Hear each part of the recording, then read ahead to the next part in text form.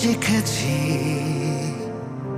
যে শাসন আমাকে দিয়েছে মানুষের আসন।